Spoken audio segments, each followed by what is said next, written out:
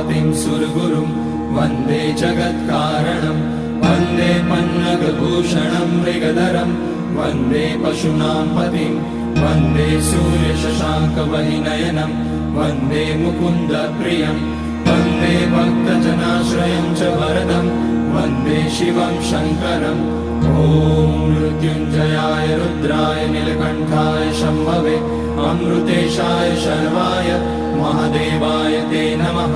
नमस्तेऽस्तु भगवन् विश्वेश्वराय महादेवाय त्र्यम्बकाय त्रिपुरान्तकाय त्रिकाग्निकालाय कालाग्निरुद्राय नीलकण्ठाय मृत्युञ्जयाय सर्वेश्वराय सदाशिवाय श्रीमान् महादेवाय नमः।